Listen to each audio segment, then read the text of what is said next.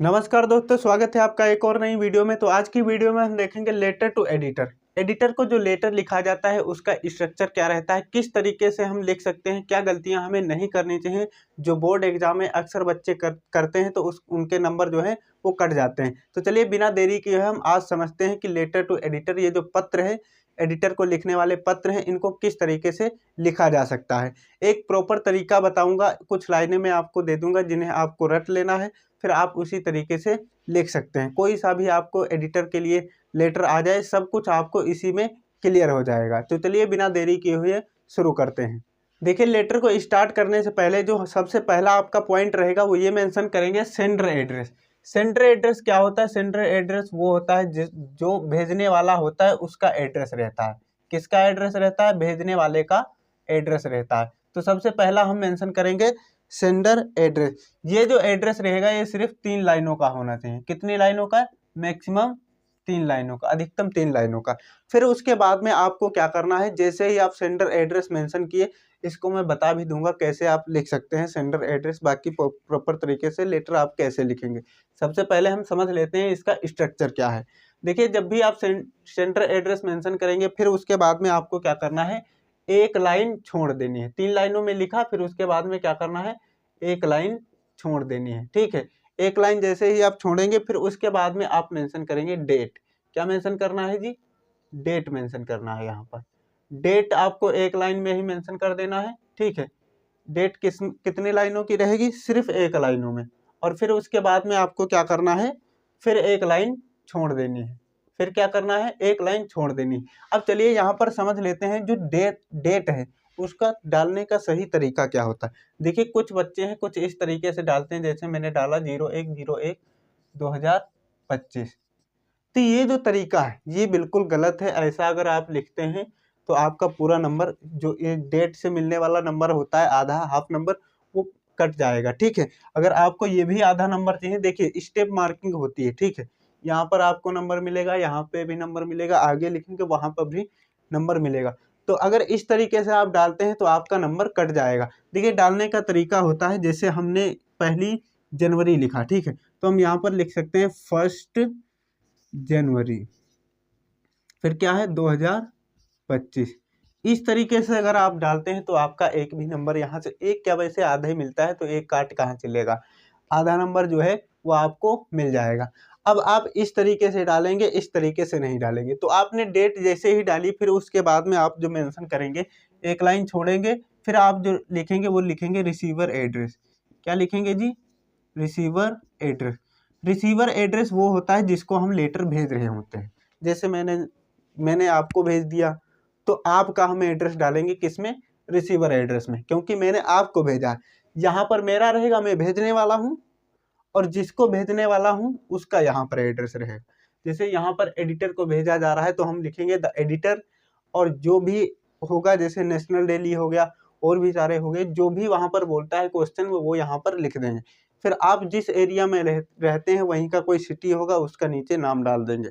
अब जैसे ही आपने रिसीवर एड्रेस को कंप्लीट किया, इसके बाद इसको भी आपको कितनी लाइनों में लिखना है? मैक्सिमम 3 लाइनों में। ये ध्यान रखना है कि कितनी लाइनों में लिखना है। पता नहीं लाइनें हम भरते जा रहे हैं, एड्रेस वगैरह ही सब लिख रहे हैं, बाकी लेटर हमारा लग ही नहीं रहा है, ऐसा लग रहा है कहानी बना दी है।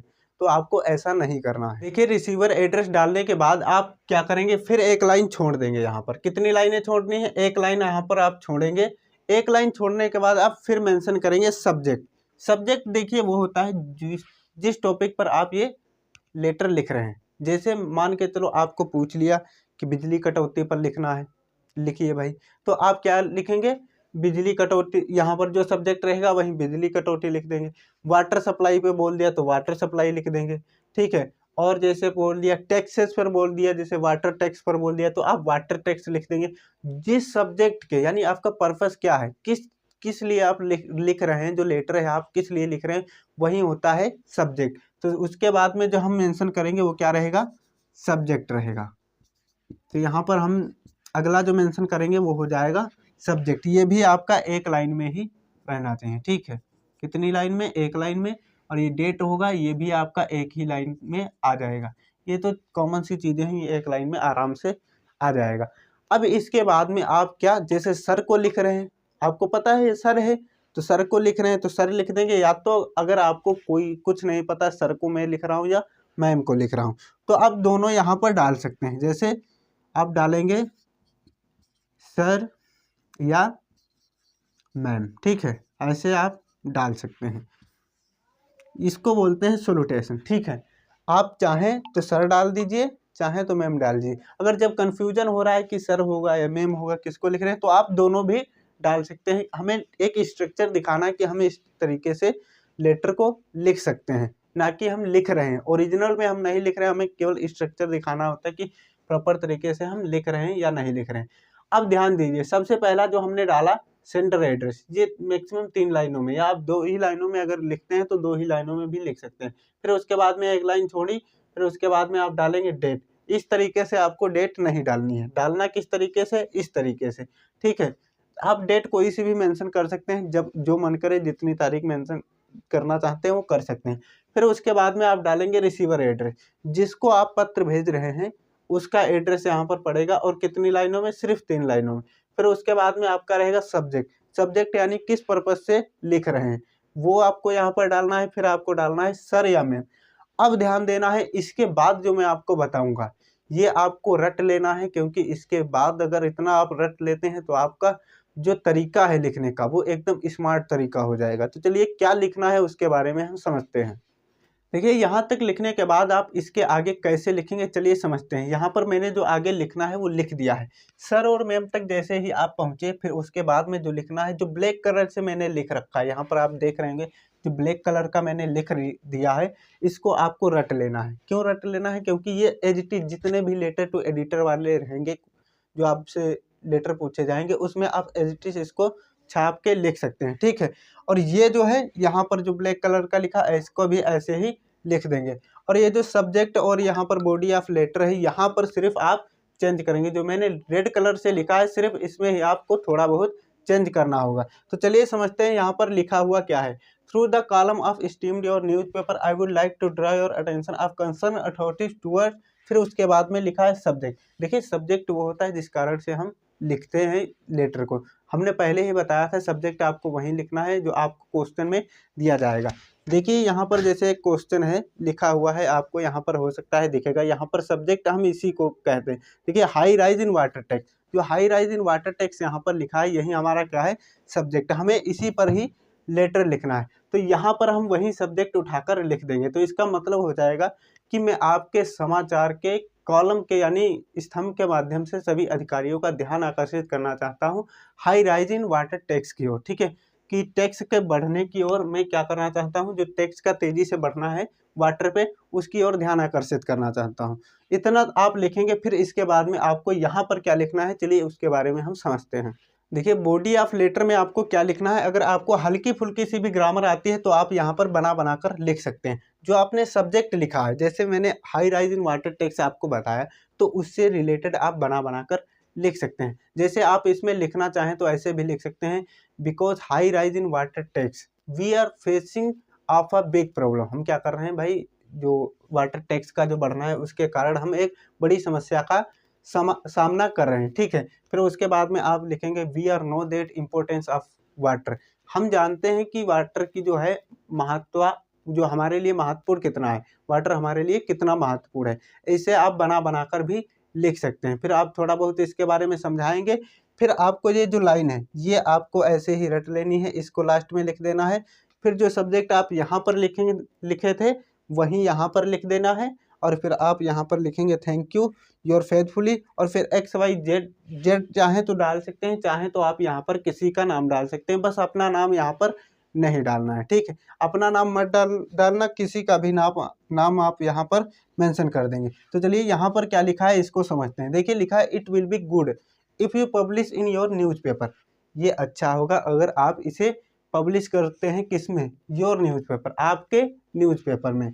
and the concerned authority will see the gravity of this matter and some measure will be adopted to subject जैसे high rise in water tax. और जो कंसर्न अथॉरिटीज हैं, इससे रिलेटेड जो अथॉरिटी है वो क्या करे, इस मैटर को, ग्रेविटी, इस मैटर की जो है गहराई को समझे और इसमें कुछ कदम उठाए जाएं, ताकि इससे क्या है हम समस्या का समाधान कर सकें।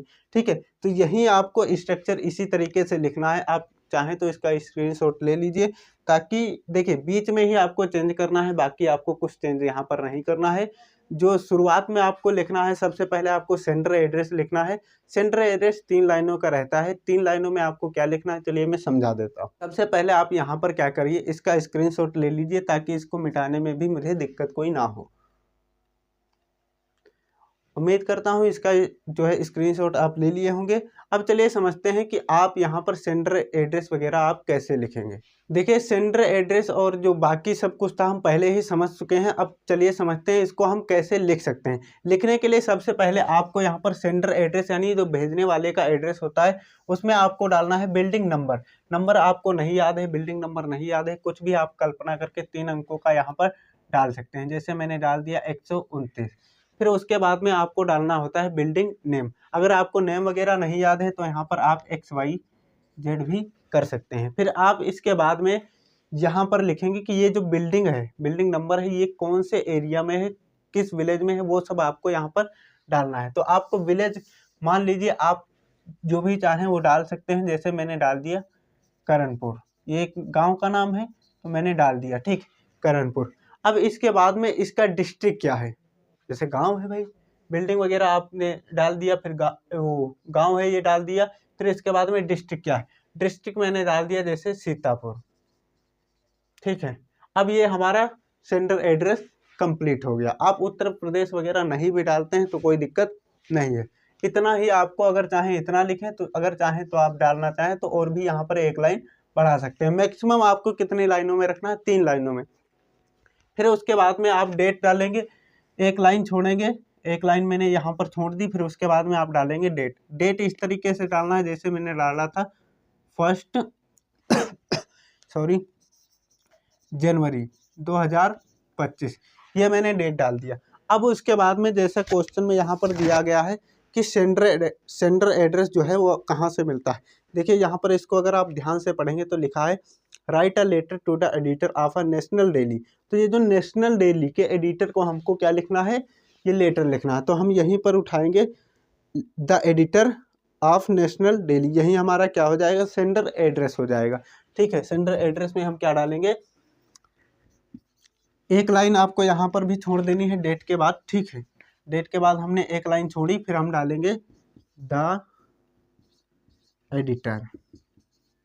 फिर उसके बाद में क्या था, नेशनल डेली, कहाँ के भाई एडिटर, नेशनल डेली। आपको ये मेंशन कर देना है, ये क्या हो गया जी, नेशनल डेली, ये आपने मेंशन किया। फिर आपको कोई अगर वो नाम याद है जिस जहाँ पर आप, जैसे मैंने ये मेंशन किया सीतापुर, तो इसी से रिलेटेड मैं लिख सकता हूँ इसके अगल बगल का कोई फेमस जो सिटी है, जैसे लखनऊ, तो यहाँ पर मैं लिख सकता हूँ लखनऊ, ठीक है, लखनऊ। अब आप इस तरीके से लिखे, ये किसका एड्रेस हो गया, रिसीवर एड्रेस। ये किसका एड्रेस हो गया, रिसीवर, यानी जिसको हम भेज रहे होते हैं। अब ये इतना लिखने के बाद आपने सब्जेक्ट डाला। सब्जेक्ट हम लिखेंगे ऐसे,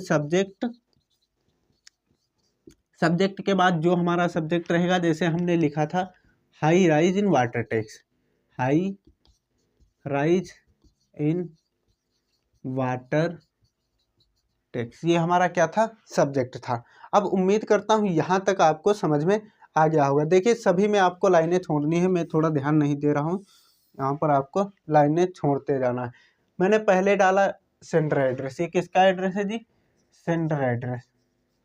अब ये क्या है, ये हमने डाला डेट।